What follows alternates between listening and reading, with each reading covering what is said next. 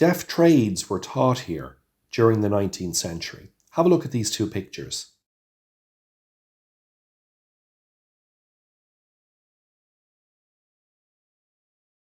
You can see various tools, hammers, nails, chisels, and many different types of tools used in trades. St. Joseph's School was opened in 1849 elsewhere, and it moved here in 1857 when a new building was built.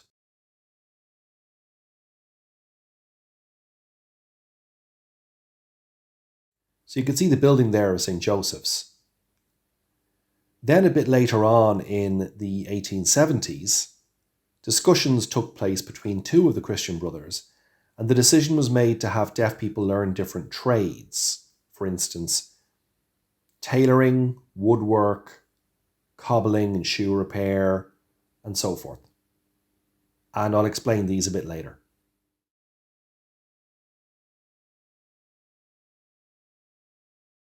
So behind the St. Joseph's School building at the front was a yard at the back, which you've just seen in that picture, and a long building with a row of rooms, which were called workshops. And there were different rooms for different trades.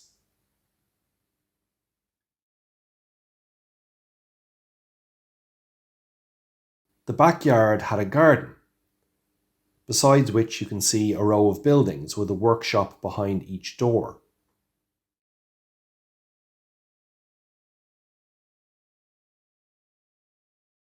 So I'll describe each workshop.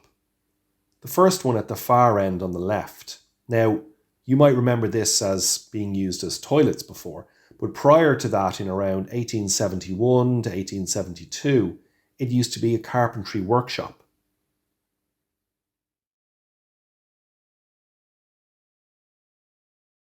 So this first room used to be the carpentry workshop, and we're lucky to have a photograph from the St. Joseph's magazine, which we've used. And in this picture, you can see boys making tables, chairs, desks, cabinets, with their work all on display. And it's lovely to see the boys standing there in the photograph working away. A really beautiful photograph.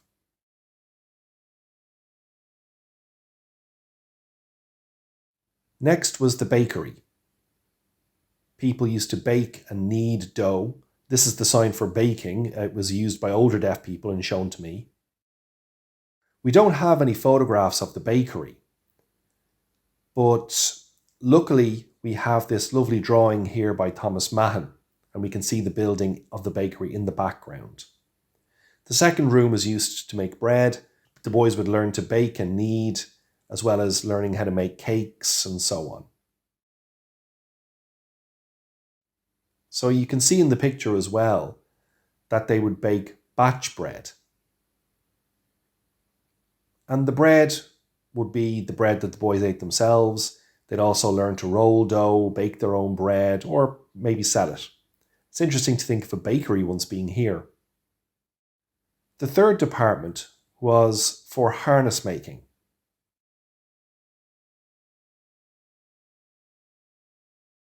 So saddles for horses were made in this workshop. And it involved a lot of leather work. You needed a particular piece of equipment with rubber safeguards on legs, and the leather stitching work was quite hard. Machines weren't used in those times for this. Everything was done by hand.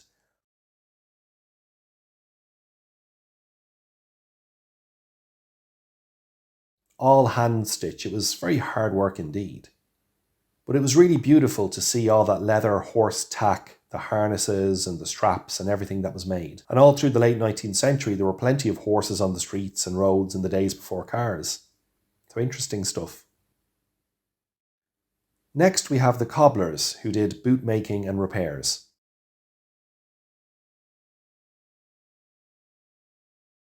So the boys would learn shoemaking, boot making, and repair. They would make new shoes. And you'll see that the boys would always wear this particular apron.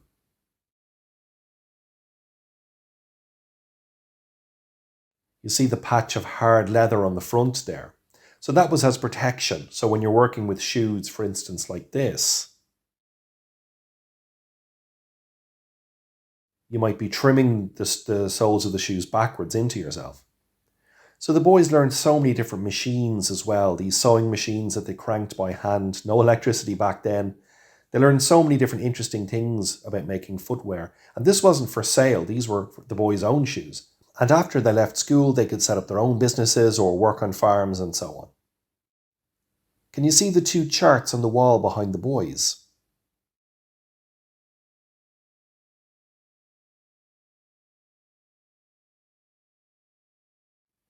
These two charts were drawn by Thomas Mahan, beautifully illustrated and explained. So have a look at this. The charts show all the cobbler's terms for the different parts of the shoe. So really interesting, but it's a pity that the charts went missing. So we're lucky to see this one with the boys in front of it showing pride in their work, especially for the photograph. Knitting was also done by using a wire machine.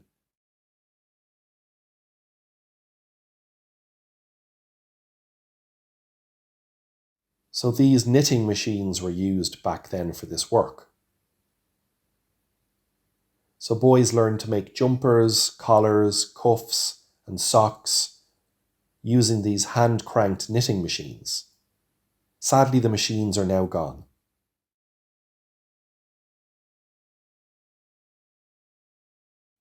The tailoring workshop was where boys learned to sew, making suits, trousers, jackets, shirts, caps, and so on.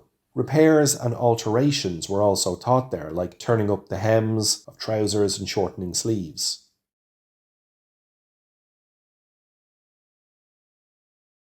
So you can see the boys there sitting on the tables, legs crossed, each working on only coats and trousers, with a deep focus on this intricate tailoring work. And the teachers would go around guiding and training each boy as they went around examining their work.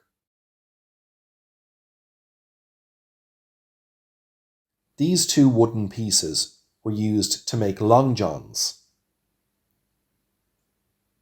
And repairs were also carried out using darning.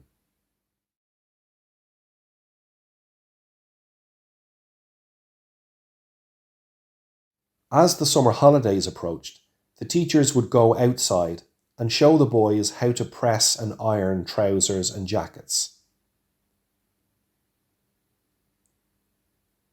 The second picture shows the teacher demonstrating how to measure sizes of clothing and how to take notes, all the different tricks of the trade.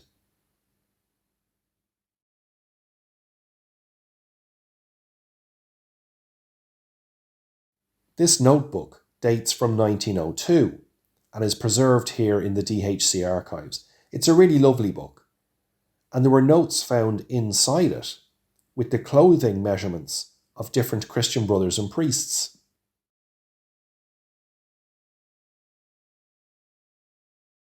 So we have plenty of similar notebooks and other books in the DHC archives.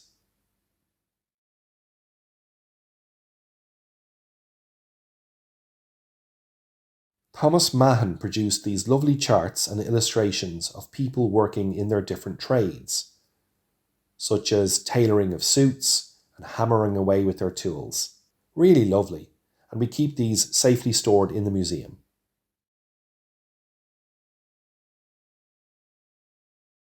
You see the hand-cranked machine there. We're lucky enough to have one here. It was donated back to the Deaf Heritage Centre by a deaf man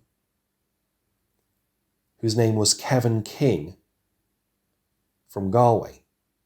So he had ran his own business as a cobbler after learning the trade here at St. Joseph's. He then asked the school if he could buy this machine from them. After his purchase, he brought it with him to Galway and used it in his business, making and repairing footwear. But the machine became outdated, so he replaced it and brought the old one back here for us to keep. And we're lucky and grateful to have it. There were other trades carried out, for example, farm work, gardening, cleaning work around the building.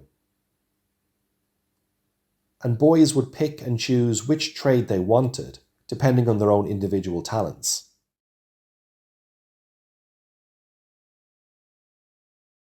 These books are census returns, which reveal how many deaf people worked at each trade, including statistics on both deaf men and women working at trades.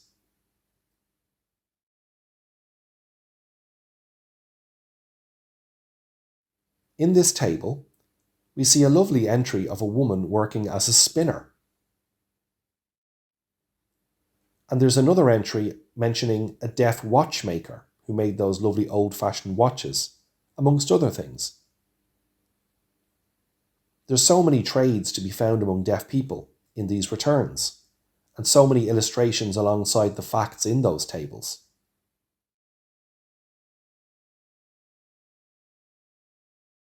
The Christian Brothers were eager, clearly, to demonstrate in this book that trades were being taught to the boys at St. Joseph's in Cabra.